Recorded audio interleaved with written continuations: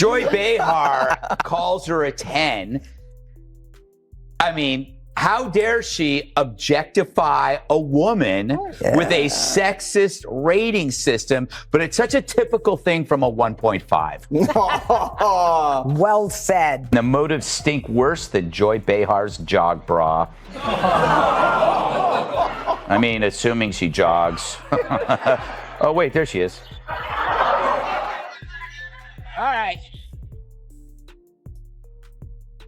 She has a point. Maybe I am obsessed, but some people are obsessed with Bigfoot, and they don't get to see him on TV every afternoon. And if they did, could they tell the two apart? I don't know. For decades, one name ruled daytime television with an iron fist, her throne built on a foundation of fierce opinions and mandatory applause. She was the matriarch of the morning talk show, a voice so loud and so constant that it became a permanent part of the American soundscape, a signal that the day's approved narrative was about to be delivered. But she never saw the silent assassin coming for her crown, a rival who wouldn't challenge her to a shouting match, but would dismantle her entire legacy with a weapon she never learned to defend against: surgical, devastating laughter. This isn't a story about a simple TV show rivalry. It's about a complete demolition, executed live on air while the victim wasn't even in the room. This is the story of how Joy Behar, the untouchable queen of daytime, was laughed into irrelevance. It's not even that. And The View, you don't need to find Trumpers. You need to fire your race baiters. Yeah. You need to fire the two races. You've had people. You had a McCain on there. You've had people on there before, and you ran them off. Mm-hmm. So the racist ones who want to stick to this, Whoopi and Sonny, and the, was it Bette Midler? What's her name? Yeah, broke-ass Bette Midler. Fire them and bring people in. Maybe you could get McCain to come back.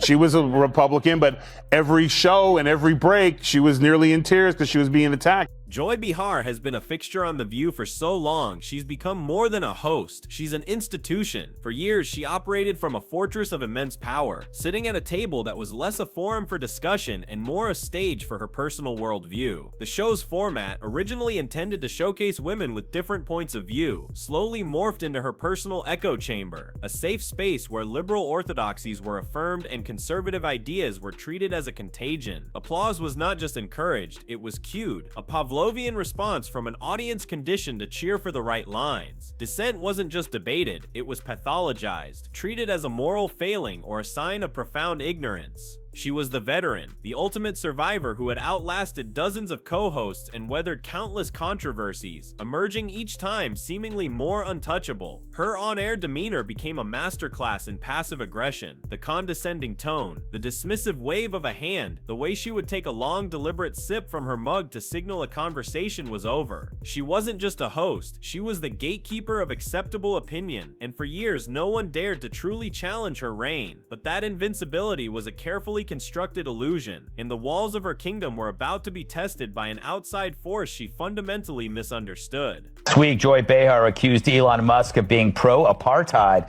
but then begged him afterwards not to sue. Musk lawyers have yet to comment because they're still checking to see if it's legal to sue a cow.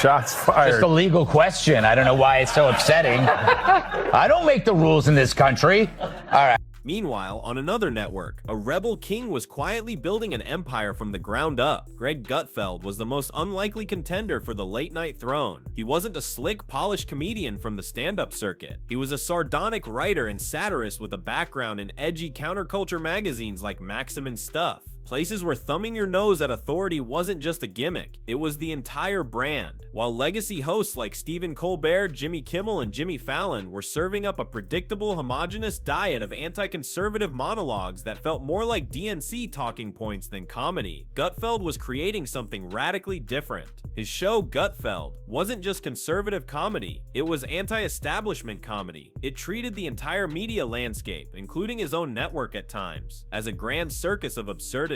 His humor wasn't about setup and punchline. It was about deconstruction, taking a smug news anchor's pronouncement and exposing the ridiculous premise it was built on. And in a world growing deeply tired of being preached to, people started watching. Soon his ratings began to climb, defying all industry expectations. Before the media establishment even knew what was happening, Gutfeld, was regularly beating the late-night giants, dominating the very time slots they had owned for decades. His weapon wasn't outrage. It was a razor-sharp wit aimed directly at the hypocrisy of the media elite. And his number one target, the living embodiment of everything he satirized, was about to hand him all the ammunition he would ever need on a silver platter, gift wrapped in her own arrogance. Out of some news, the feral monsters of The View say they've never heard of you-know-who.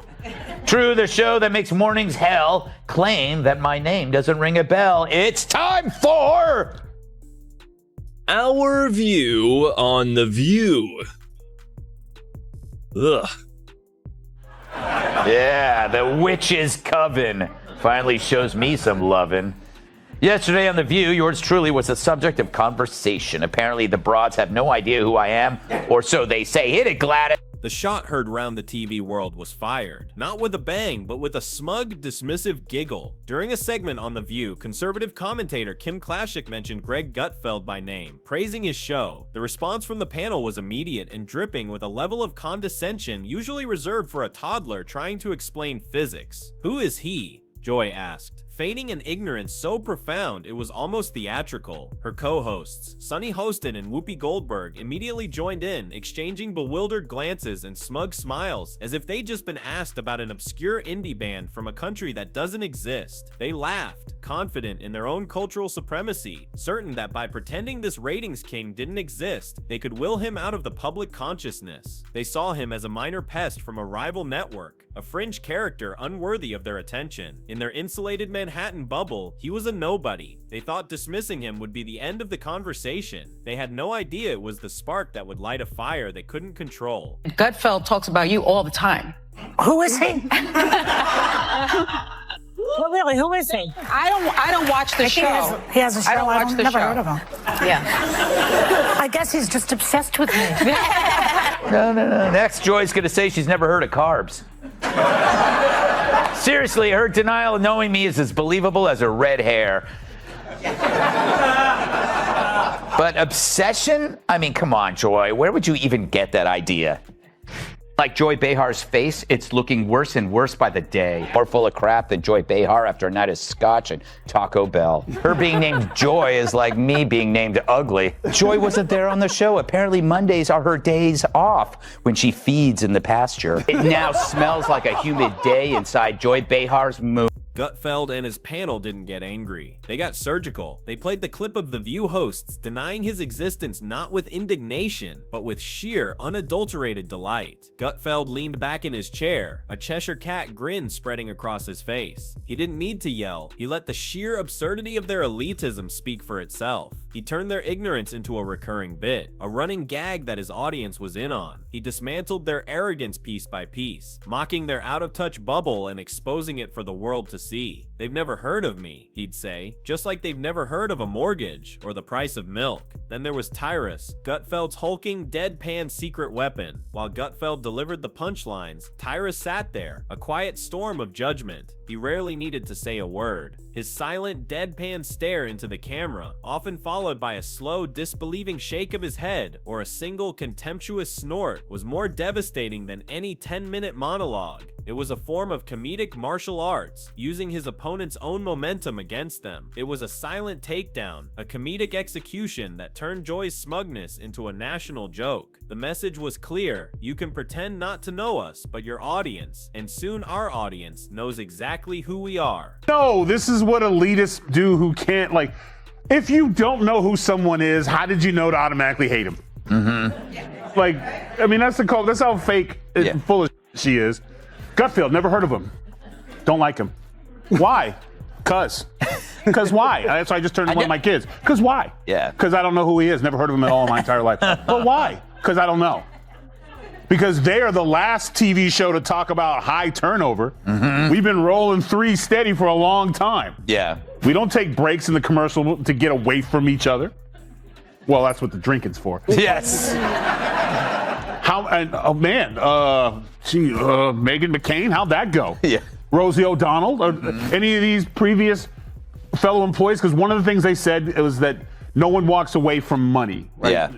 So they got people running away from it over. But the critiques weren't just coming from rival shows. The cracks in Joy Behar's castle were already showing from the inside, with stories leaking out that painted a dark picture of life behind the scenes. For years, a revolving door of conservative co-hosts had come and gone, and their exit interviews told a chillingly similar story of isolation and hostility. Meghan McCain, perhaps the most high-profile conservative to sit at the table, was the most vocal. She described the work environment as toxic, a place where she felt like a caged animal and was subjected to daily personal attacks. She recounted the infamous on-air clash where, after returning from maternity leave, Joy snapped at her, "I did not miss you. Zero." It was a mask-off moment that revealed the personal animosity simmering beneath the surface. Jedediah Billa and Abby Huntsman shared similar tales of a hostile workplace where they felt like ideological punching bags. Even Elizabeth Hasselbeck's tenure was defined by her fiery, often lonely, battles against the panel. These weren't just disgruntled employees, they were whistleblowers confirming what many viewers suspected: this wasn't a place for different views. It was a court where ideological purity was enforced and heretics were systematically expelled. The problem is that you have to go after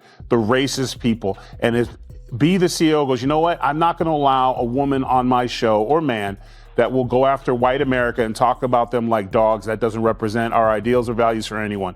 And get rid of those people, and this will clear up real quick. So do you have to actually look in the mirror and clean up your own backyard and get the racist people out? Because that's who you allowed in. You allowed black racist on TV who could just go all day and say anything about white people.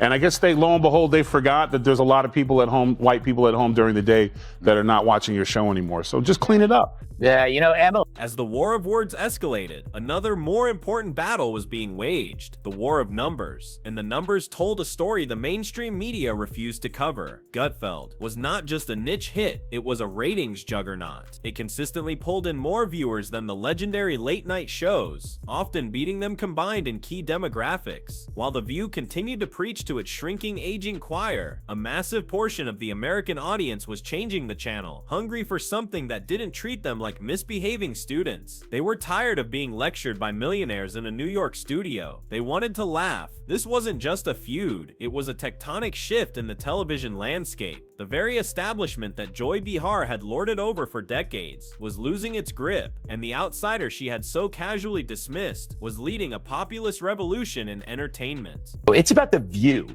It's become like a medical hospital that displays human misfailure.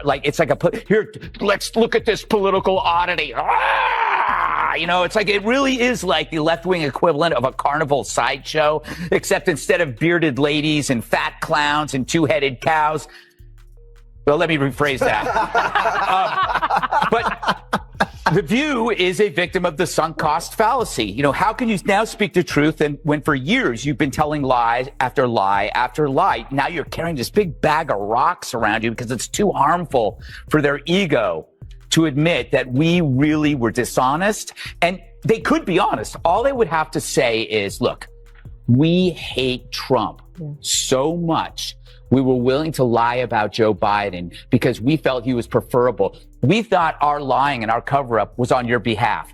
Just say that. You're still scum, but at least you're an honest scum. With her credibility under fire, Joy's own past started to catch up with her, providing endless material for her critics. The most damaging of these was the resurface segment where Joy cheerfully admitted to dressing as a beautiful African woman for Halloween, complete with darkened skin. In an era of heightened sensitivity, the blackface admission was a devastating blow to someone who built their career on occupying the moral high ground. But it wasn't an isolated incident. There was the time she mocked Vice President Mike Pence's Christian faith, claiming it's a mental illness to believe Jesus talks to you. There was the time she insulted nurses everywhere by questioning why a contestant in the Miss America pageant, a nurse, was wearing a doctor's stethoscope. Each clip, each condescending remark, each hypocritical lecture began to form a mosaic of a public figure wildly out of touch with the country she claimed to speak for. The Queen's crown wasn't just slipping, it was shattered.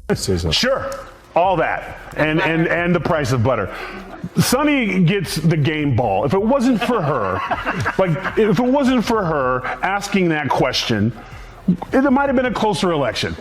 But when oh no, nothing really comes to mind, I was like, cha-ching.